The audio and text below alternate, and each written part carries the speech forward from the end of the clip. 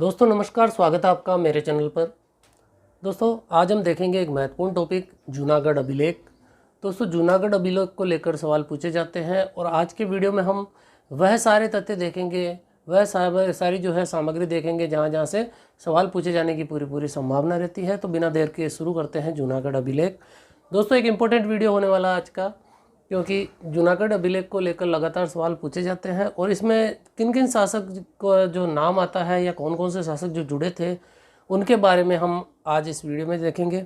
इसके अलावा ये अभिलेख कब बना, या और हम कहें तो कौन सी भाषा थी इस अभिलेख की, कौन सी शैली में ये बना, वह सारी जानकारी इस अभिलेख के जो आज का टॉपिक है उसमें हम देखेंगे। तो शुरू करते हैं जूनागढ़ अभिलेख। तो सबसे पहले अगर हम देखें तो सबसे पहले एक नाम आता है दोस्तों रुद्रदामन। यह एक शासक था रुद्रदामन। और दोस्तों कई बार यही पूछा जाता है कि जूनागढ़ अभिलेख किससे संबंधित है, तो रुद्रदामन का जो जूनागढ़ अभिलेख इसको कहा जाता है। कई भी अगर हम नाम देखें तो हमें जो अधिकतर सवालों में आता है या हम किताबों में देखते हैं तो यही नाम मिलता है, रुद्रदामन का जूनागढ़ अभिलेख। तो दोस्तों ये शासक था। यह रुद्रदामन कौन था, तो यह एक शक शासक था। यह एक शक शासक था। और अगर इसके वंश का नाम देखें तो इसका वंश जो है वह कार्दमक वंश, या हम कहें तो इसका जो वंश है वह चाटन वंश में नाम मिलता है कहीं कहीं नाम। तो कार्दमक वंश या चाटन वंश इसका नाम था। यह रुद्रदामन एक शक शासक था जिसका कि अभिलेख माना जाता है। और यह जो रुद्रदामन था दोस्तों यह संस्कृत का, और अगर हम देखें तो यह राजनीति का, संस्कृत, राजनीति और व्याकरण और तर्कशास्त्र, इन सभी में निपुण था। यानी इसका ये प्रकांड जो है विद्वान था। रुद्रदामन जो था वह संस्कृत, राजनीति, व्याकरण, तर्कशास्त्र का जो है प्रकांड विद्वान था। जूनागढ़ अभिलेख की अगर हम बात करते हैं तो यहाँ देखते हैं यह अभिलेख जो है वह, इसकी भाषा अगर बात करें, पूछी जाए अगर भाषा कौन सी थी तो इसकी भाषा जो थी वह संस्कृत भाषा थी। दोस्तों इम्पोर्टेंट सवाल है कि जूनागढ़ अभिलेख किस भाषा में लिखा गया था, तो ये संस्कृत भाषा का जो है प्रथम अभिलेख था। प्रथम अभिलेख तो बहुत इम्पोर्टेंट सवाल है। जूनागढ़ अभिलेख संस्कृत भाषा का प्रथम अभिलेख पूछा जाए कौन सा था तो वह हो जाएगा जूनागढ़ अभिलेख। लगभग 150 एडी का, यानी 150 ईस्वी का ये अभिलेख माना जाता है, लगभग 150 ईस्वी का। इसके अलावा इसी अभिलेख को, रुद्रदामन का जो जूनागढ़ अभिलेख, इसको काव्य शैली का प्रथम प्रयास, इसको जो है काव्य शैली का प्रथम प्रयास माना जाता है कि जूनागढ़ अभिलेख ही है जिसको काव्य शैली का प्रथम प्रयास माना जाता है। और इसमें जो शैली का प्रयोग किया गया वह किया गया दोस्तों चंपू शैली का।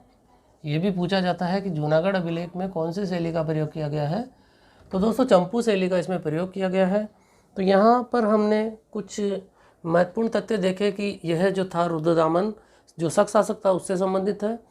इसका शक शासक का अगर पूछा जाए वंश कौन से वंश का था तो कार्दमक वंश या चाटन वंश का। संस्कृत भाषा का प्रथम अभिलेख यह जूनागढ़ अभिलेख है, 150 ईस्वी के लगभग का है। और काव्य शैली का इसे प्रथम प्रयास कहा जाता है जो कि चंपू शैली में इसका प्रयोग किया गया है इस अभिलेख में। रुद्रदामन जो था दोस्तों वह संस्कृत, राजनीति, व्याकरण और तर्कशास्त्र का एक महान विद्वान था। अब देखते हैं इसके आगे कुछ और महत्वपूर्ण तथ्य। इसकी लिपि की बात करते हैं कि लिपि कौन सी थी, तो तीन चीज़ें हम देखते हैं यहाँ। लिपि इसकी जो थी दोस्तों यह ब्राह्मी लिपि थी। हमने देखा इसकी भाषा जो थी वह संस्कृत थी, नोट डाउन कीजिएगा तीनों। लिपि इसकी ब्राह्मी लिपि थी, भाषा इसकी संस्कृत थी, शैली इसकी चंपू शैली थी। तो दोस्तों ये चंपू शैली आखिर होती क्या है वह देखते हैं। तो चंपू शैली जो होती है वह, इसका मतलब यह है कि यह गद्य और पद्य दोनों की मिश्रित शैली थी, गद्य प्लस पद्य, इसकी जो है यह मिश्रित शैली।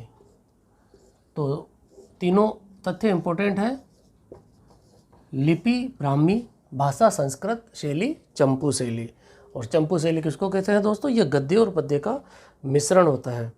और इसी जूनागढ़ अभिलेख को दोस्तों जो है संस्कृत भाषा का लिखित और प्राचीनतम और सबसे लंबा अभिलेख माना जाता है। और इसमें हमने देखा था कि 150 ईस्वी का यह अभिलेख है। इसके अलावा इस अभिलेख के जो कुछ अन्य शासक जुड़े हुए हैं, महत्वपूर्ण शासक हैं जिनके नाम इस अभिलेख में मिलते हैं, जिन्होंने यहाँ पर कुछ कार्य कराए थे, जो कि ये जूनागढ़ अभिलेख, जूनागढ़ या हम कहें गिरनार वाला क्षेत्र है, वहाँ पर जो कार्य करवाए थे। और उन जो शासकों को वहाँ उनके अधीन जो राज्यपाल थे उनको, और उन्होंने क्या क्या कार्य कराए, उसको लेकर सवाल पूछे जाते हैं हर बार प्रतियोगिता परीक्षा में। तो हम उसको देखते हैं एक एक को। तो दोस्तों अब जो टेबल होगी वह बड़ी इंपॉर्टेंट टेबल है कि इस जूनागढ़ अभिलेख से कुछ महत्वपूर्ण जानकारियाँ मिलती हैं। तो वह महत्वपूर्ण जानकारी कौन कौन सी है, तो यहाँ से टेबल से लगातार सवाल पूछे जाते हैं। तो एक इम्पोर्टेंट टेबल है जिसमें हम देखेंगे शासक, उनके राज्यपाल और उन्होंने क्या क्या कार्य कराए।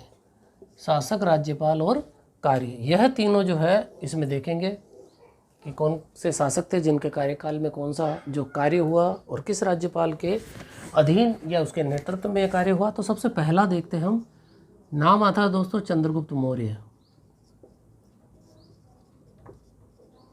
दोस्तों एक एक नाम जो यहाँ चार शासक हम देखेंगे सारे इंपॉर्टेंट है। पूछा जाता है कि निम्नलिखित में से कौन कौन जूनागढ़ अभिलेख से संबंधित थे, कौन कौन से शासक। तो दोस्तों हमें यह नाम याद होने चाहिए। तो चंद्रगुप्त मौर्य, और इनका राज्यपाल था दोस्तों पुष्यगुप्त। इनको जो है इसको पुष्यगुप्त वैश्य यह नाम मिलता है। चंद्रगुप्त मौर्य राज्यपाल था पुष्यगुप्त, और इन्होंने क्या किया दोस्तों, इन्होंने जो है सुदर्शन झील का यहाँ निर्माण करवाया। सुदर्शन झील, यहाँ क्या होता है दोस्तों, यह जो सुदर्शन झील है इसमें पुष्यगुप्त जो वैश्य था इसके द्वारा दो नदियाँ थी दोस्तों यहाँ पर।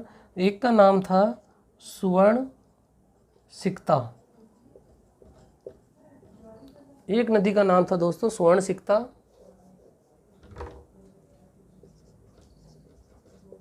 स्वर्ण सिकता। इसके अलावा दूसरी थी पलासिनी। यह दो नदियां थी स्वर्ण सिकता और पलासिनी।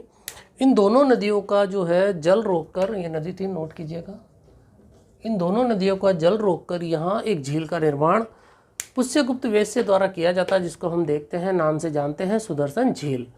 और शासक था उस समय चंद्रगुप्त मौर्य।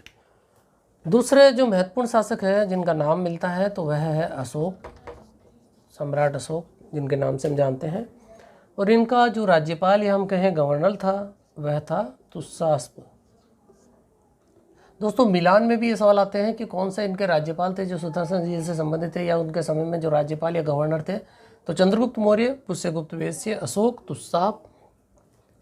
अब इन्होंने क्या किया, इन्होंने दो कार्य किए यहाँ पर।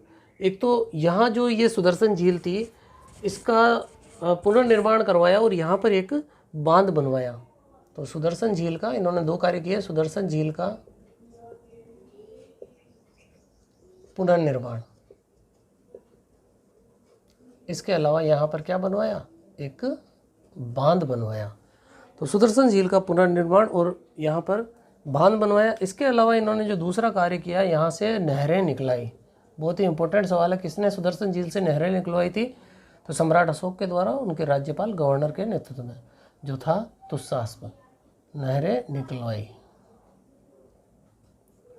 तो दो कार्य, सुदर्शन झील का पुनर्निर्माण, बांध बनवाना, इसके अलावा यहाँ से जो है नहरें निकलाई, इंपॉर्टेंट है। तो तुस्सास्प था जिन्होंने कि यहाँ से नहरें निकलाई थी। यहाँ अगर तुस्सास्प का नाम देखें तो इसका पूरा नाम जो था वह यवन तुस्सास्प था। तो दो इंपॉर्टेंट काम किए, सुदर्शन झील का पुनर्निर्माण और बांध जो बनवाया और नहरें निकलाई। इसके बाद जो महत्वपूर्ण नाम आता है इसी का जो हम देख रहे हैं, रुद्रदामन का नाम आएगा। तो देखते हैं रुद्रदामन, और उसके बाद जो नाम आएगा स्कंदगुप्त का नाम आएगा। तो तीसरे महत्वपूर्ण शासक जिनका लेख हम देख रहे हैं तो रुद्रदामन। दोस्तों रुद्रदामन जो था उसके राज्यपाल की बात करें तो वह था सुविशाख। रुद्रदामन के समय क्या होता है दोस्तों, ऐसी जानकारी मिलती है पंक्ति संख्या अगर 6 की बात करें तो उसमें कि रुद्रदामन के समय भारी वर्षा और तूफान के कारण ये जो झील थी सुदर्शन झील, इसका बांध टूट गया था। इसका बांध टूटने के कारण इसका जो सुदर्शन झील थी वह बड़ी सत विसत हो गई थी, यानी बिल्कुल हम कहें तो जो टूटी अवस्था में हो गई थी। तो इसके कारण रुद्रदामन ने क्या किया, उसका जो मंत्री परिषद था उसने उसको सलाह दी कि इसका पुनर्निर्माण कराया जाए और पुनर्निर्माण के लिए धन का जो है वह उपयोग किया जाए। लेकिन रुद्रदामन जो था दोस्तों ऐसा शासक था, इसने क्या किया, बिना जनता पर जो है अतिरिक्त कर लगाए उसने अपने खुद के व्यक्तिगत कोष जो था इसका, उसी से इस झील का पुनर्निर्माण करवाया। तो ये पूछा जा सकता है कि रुद्रदामन ने उस झील का पुनर्निर्माण अपने व्यक्तिगत कोष से करवाया, तो कथन सही है या गलत है? तो बिल्कुल ये कथन सही है कि रुद्रदामन ने जो है इस सुदर्शन झील का पुनर्निर्माण अपने व्यक्तिगत कोष से करवाया, बिना जनता पर अतिरिक्त करों का भार डाले। तो दोस्तों सुविशाख और इसने क्या कराया, तो हमने अभी देखा इसने जो है इस बांध का, इस पे जो बांध था उसका पुनर्निर्माण कराया, बांध का पुनर्निर्माण, बांध का पुनर्निर्माण, बांध का पुनर्निर्माण इसने करवाया। मंत्री की बात करें या राज्यपाल की हम बात करें, इसके गवर्नर की, तो वह था सुविशाख। यहाँ सुविशाख की बात करें दोस्तों तो ये इसके बारे में कहा जाता है कि ये जो सुविशाख था दोस्तों, यह जो पहलव और एक नाम और आता है कोयालव, इसका पुत्र था और बड़ा ही निष्ठावान, धैर्यपूर्ण, आत्मविश्वासी, आत्मसंयमित, हम कहें ईमानदार व्यक्ति था यह सुविशाख। इसके बारे में यह बताया जाता है। इसके बाद जो चौथे शासक की बात करते हैं वह थे स्कंदगुप्त।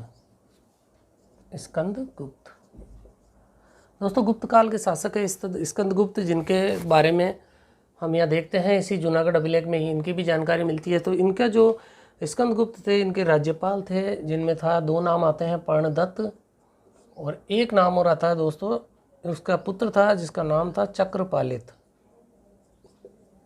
यह पर्णदत्त का पुत्र था। तो पर्णदत्त और चक्रपालित 2 नाम मिलते हैं स्कंदगुप्त के समय, जो कि झील थी सुदर्शन झील, इसके पुनर्निर्माण से ये संबंधित थे। तो इसके बारे में देखते हैं। तो इन्होंने भी क्या करा, इस पर्णदत्त ने भी बांध का पुनर्निर्माण, इसने भी क्या किया, बांध का पुनर्निर्माण करवाया। और चक्रपालित द्वारा क्या कार्य किया गया, तो इसने जो था इसने वहाँ पर विष्णु की मूर्ति स्थापित करवाई, विष्णु की मूर्ति स्थापित। तो दोनों जो ये पिता पुत्र थे इनके द्वारा कार्य किए गए। पर्णदत्त द्वारा बांध का पुनर्निर्माण करवाया गया और चक्रपालित द्वारा जो है यहाँ पर विष्णु की मूर्ति स्थापित करवाई गई। दोस्तों और तो और इस अभिलेख में यह भी कहा जाता है कि जो ये रुद्रदामन का जो अभिलेख है इसमें बताया गया है कि रुद्रदामन के समय के जो शहर थे, गांव थे, बाजार थे, वह लुटेरों, सर्पों और जंगली जानवरों से पूर्णतः जो थे वह हम कहें महामारियों से भी तो पूर्णतः मुक्त थे, यानी यहाँ पर ये ऐसी चीज़ें नहीं थी। तो दोस्तों 4 महत्वपूर्ण शासक हमने देखे यहाँ। पहला चंद्रगुप्त मौर्य, दूसरा हमने देखा था सम्राट अशोक, इसके अलावा रुद्रदामन और स्कंदगुप्त। दोस्तों चारों ही शासक बड़े इम्पोर्टेंट हैं।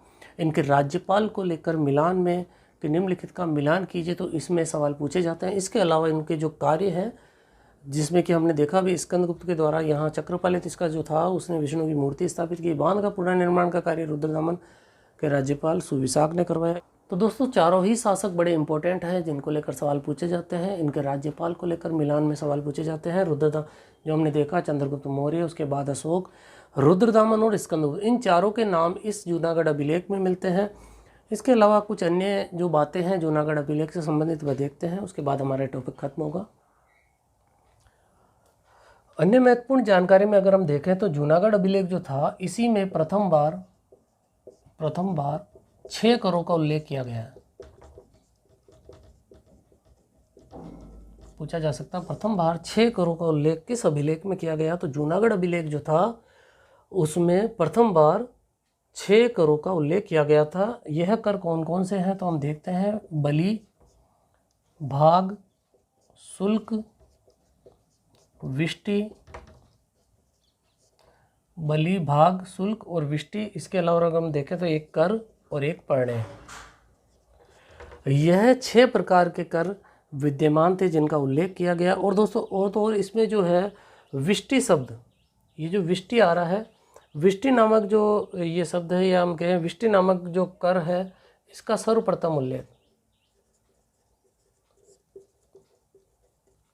विष्टि का सर्वप्रथम उल्लेख इसी अभिलेख में किया गया है।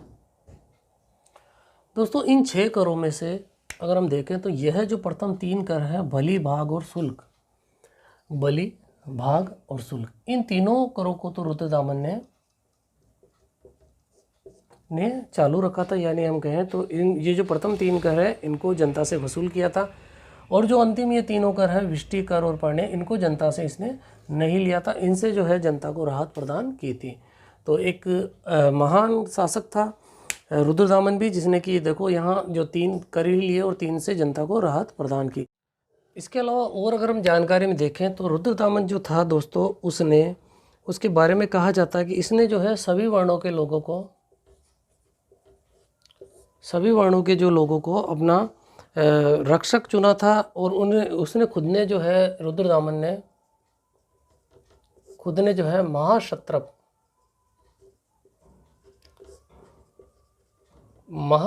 की उपाधि धारण की थी। इंपॉर्टेंट उपाधि है, रुद्रदामन ने महाक्षत्रप की उपाधि धारण की थी। इसके अलावा रुद्रदामन ने कुछ प्रदेशों को भी जीता था, उनके नाम देखते हैं। तो आक्रावंती, इसके अलावा और अगर देखें तो अनूप, अपरांत, आक्रावंती, यह जो था दोस्तों, यह पूर्वी और पश्चिमी मालवा का क्षेत्र था। अनूप की बात करें तो ये नर्मदा जो घाटी है उसका क्षेत्र था। अपरांत की बात करें तो यह जो उत्तरी जो कोंकण है, या हम कहें जो कोंकण प्रदेश है, वहाँ पर ये स्थित था। और प्रदेश की बात करें तो इसने जो है आनत, सौराष्ट्र या सौराष्ट्र, इसके अलावा कुकुर, स्वम्र, और 2-3 नाम और मिलते हैं, एक मरु, सिंध सोवीर के अलावा जो नाम मिलता है एक निषाद। इन क्षेत्रों को इसने जीता था। तो जो यह आनर्त है दोस्तों, वह आनर्त का जो क्षेत्र है यह द्वारिका का, या हम कहें उत्तरी काठियावाड़ जो है उसका क्षेत्र है। सौराष्ट्र जो था वह दक्षिणी काठियावाड़ का क्षेत्र था, जिसको हम गिरनार और इसके नाम से जानते हैं। कुक्कुर जो है दोस्तों, वह भी जो है गुजरात का कोई भाग था और गुजरात के अंतर्गत ही आता था। और ये स्वम्र जो है दोस्तों, यह साबरमती का क्षेत्र था, तटवर्ती क्षेत्र था। मरु जो है यह मारवाड़ का क्षेत्र था। और सिंध सोवीर है, यह सिंधु नदी घाटी के किनारे था। और निषाद जो है यह सरस्वती और जो पश्चिम का विंध्य प्रदेश है उसका जो है क्षेत्र था। इसके अलावा और अगर हम देखें तो इसी जूनागढ़ अभिलेख से हमें पता चलता है कि रुद्रदामन जो था, इसी रुद्रदामन ने जो है योद्धेयों को पराजित किया। योद्धेयों को जो है पराजित किया था, योद्धेयों को पराजित किया। इस अभिलेख से हमें ये जानकारी मिलती है। तो दोस्तों यह था रुद्रदामन के जूनागढ़ अभिलेख से संबंधित आज का हमारा महत्वपूर्ण टॉपिक, जिसमें कि हमने इससे जुड़े 4 शासकों को देखा, चंद्रगुप्त मौर्य, अशोक, इसके अलावा रुद्रदामन स्वयं और उसके बाद स्कंदगुप्त। इसमें कौन कौन से कार्य हुए उनको आज हमने इस टॉपिक में देखा। और सुदर्शन झील के निर्माण से संबंधित जो कार्य थे, पुनर्निर्माण से संबंधित जो कार्य थे, सब कुछ आज जहाँ जहाँ से सवाल पूछे जाने की संभावना है, वह सारे तथ्य आज जो इस टॉपिक में देखा। दोस्तों टॉपिक कैसा लगा आपको, आज का वीडियो कैसा लगा, आप कमेंट करके ज़रूर बताइएगा, ताकि आगे मैं आपके लिए ऐसे ही महत्वपूर्ण वीडियो ला सकूं। ऐसे ही महत्वपूर्ण वीडियो के लिए चैनल को सब्सक्राइब करना ना भूलें। इसके अलावा आगे जो आने वाले वीडियो हैं बड़े इंपॉर्टेंट होंगे दोस्तों। मिलते हैं ऐसे ही इंपॉर्टेंट महत्वपूर्ण वीडियो के साथ। धन्यवाद।